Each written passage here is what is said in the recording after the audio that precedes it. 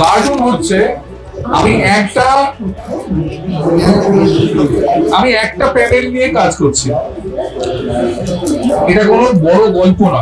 আমি একটা প্যানেলে একটা ছবি দিয়ে একটা কিছু বোঝানোর চেষ্টা করছি, সেটা আমি ব্যঙ্গ করতে পারি বা মূলত কার্টুনে যে কার্টুন মিডিয়ামটা আমরা ব্যঙ্গ করেই কিছু বোঝানোর চেষ্টা করি। আর কমিক স্ট্রিপ কিন্তু একটা different medium. Basically comic strip আমার মনে হয় ব্যাকগ্রাউন্ড মিউজিক ছাড়া একটা ফিল, আমাদের সামনে যে ইলিউশনটা তৈরি হয় যে ক্যারেক্টার গুলো নড়ছে, কথা বলছে, আসলে তো নড়ছে না। অ্যানিমেশনের ক্ষেত্রে আমরা 24টা ব্যবহার করি, ফিল্মের ক্ষেত্রে 25টা ব্যবহার করি, 25টা ফ্রেম যায়, আমাদের একটা ইলিউশন তৈরি হয়, মনে হয় যে ক্যারেক্টার গুলো নড়ছে, কথা বলছে। যে কোনো ঘটনা, ধরো আমি ওয়ার্কশপ করাচ্ছি, এইটা আমি একটা ন্যারেটিভে আমি বোঝাবো।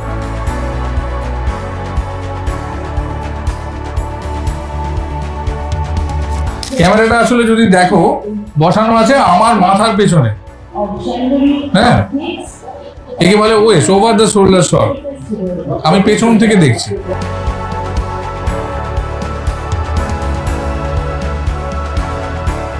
তোমাদের পেছনে যদি ক্যামেরা থাকে তাহলে দৃশ্যটা, সিনটা এইরকম দেখতে হবে। ছবির ক্ষেত্রে পার্সপেক্টিভটা খুব জরুরি। আমি যখন কমিক স্ট্রিপ তৈরি করছি, আমি তো ভিজুয়াল একটা তৈরি করছি, আমাকে কিন্তু প্রথমে বেছে নিতে হবে যে আমি কোন কোন প্যানেলগুলো ব্যবহার করব। এই এক্সপ্রেশনটা দেখে কি মনে হচ্ছে? রেগে গেছে, বিরক্ত বা রেগে গেছে। কিন্তু আমি যখন কার্টুন করব আমাকে এটাকে এক্সাজারেট করতে হবে, তাহলে কি, নাহলে মজা আসবে না। মাথা দিয়ে ধোঁয়া বেরোচ্ছে এবং দাঁত ফাঁদা খিচিয়ে আছে।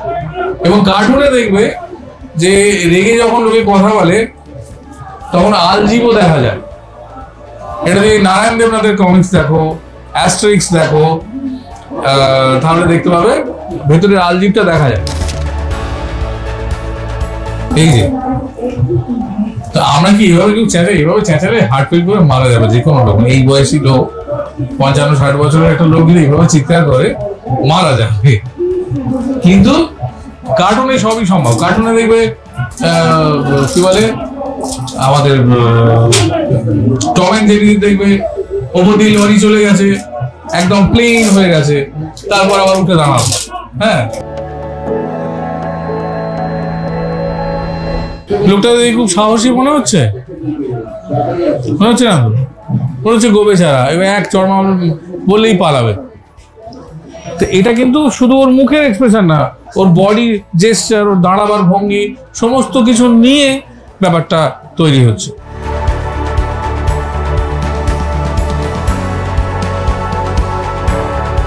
বেশি টেন্ডার বলে দেবে দুটো থাবড়া, সেই রকম চেহারা। প্রচন্ড রেগে গেলে এরকম ভুল হবে। কোনো সময় চোখটা বন্ধ করে দিতে হবে। আমরা যখন প্রচন্ড রেগে যাই, প্রচন্ড রেগে চিৎকার করি, আমরা কিন্তু চোখ বন্ধ করে ফেলি। আর যদি চোখ সত্যি সত্যি বন্ধ নাও করি, আমি যদি কার্টুনে দেখাই চোখটা বন্ধ হয়ে গেছে, তাহলে আমার রাগের যে অভিব্যক্তি সেটা আরো ভালো প্রকাশ পায়। করতে হবে সেটা হচ্ছে মুখটা, মানে এই যে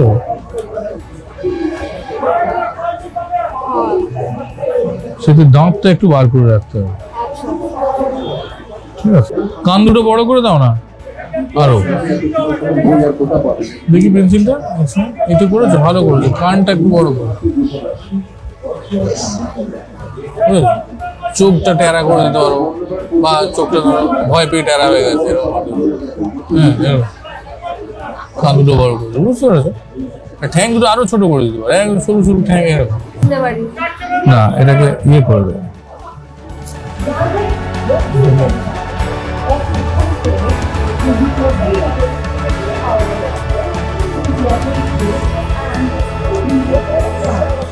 ভুরুটাকে এরকম করে চিৎকার করছে, তা রেগে গেছে, অবাক হয়ে গেছে। ভুরুটা একটুখানি এইটা একটু একটু এরকম করে দেবে, এই সব মুছে দিই, শুধু এরকম মুখটা এরকম।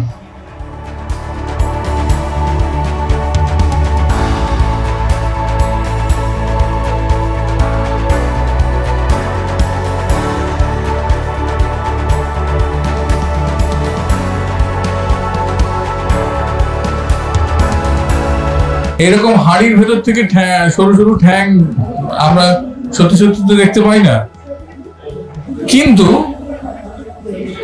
একটা মোটা মানুষের ক্যারেক্টারাইজেশন যখন করব তখন আমি যদি এইভাবে ছবিটা আঁকি সেটা অনেক মজার হবে।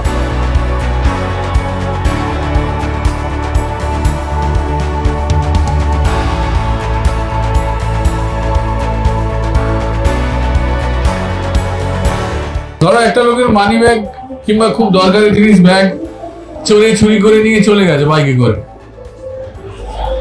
তাহলে লোকটার এইরকম এক্সপ্রেশন হবে। থুতনিটা এরকম হতে পারে, কারোর থুতনিটা এরকম হতে পারে, কারোর দাঁত উঁচু হতে পারে। হ্যাঁ, নাক নিয়ে অনেক কিছু করা যায়। কারোর নাক এইরকম মোটা নাক হতে পারে বা ছোট্ট নাক হতে পারে। এইগুলো দিয়ে আমরা একটা কার্টুনের ক্যারেক্টার তৈরি করব, আর আমাদের যখন রিপিট করতে হবে এইগুলো কিন্তু আসলে একটা চরিত্রকে চেনানোর পথ, রাস্তা। তার কান, তার চোখ, তার চোয়াল, সমস্ত কিছু, এই সমস্ত কিছু নিয়ে একটা মুখ তৈরি হচ্ছে। হ্যাঁ, তা আমরা যখন একটা কার্টুনের জন্য ক্যারেক্টার তৈরি করব তখন কিন্তু আমরা এইগুলোর উপরে জোর দেবো। স্বাভাবিক যে মোটা সে তো খুব স্পিডে দৌড়বে না, সে থপ থপ থপ করে দৌড়বে। এবারে যে খুব রোগা সে কিভাবে দৌড়বে? ও মাটির অন্তত 3 ফুট ওপর দিয়ে দৌড়চ্ছে, মানে পা নিচে পড়ছে না। এবারে যেটা করতে হবে সেটা হচ্ছে এই ধরো 5টা ক্যারেক্টার তৈরি করে সেই 5টা ক্যারেক্টারের মুভমেন্ট গুলো তোমাকে ক্যারেক্টারের তার চেহারা অনুযায়ী সেই মুভমেন্টের একটা লেআউট করে ফেলতে হবে। সেই লেআউট হয়ে যাওয়ার পর তোমরা স্টোরি বিল্ড আপ করো। স্টোরি বিল্ড আপ করে তারপর তোমরা কার্টুন শুরু করো।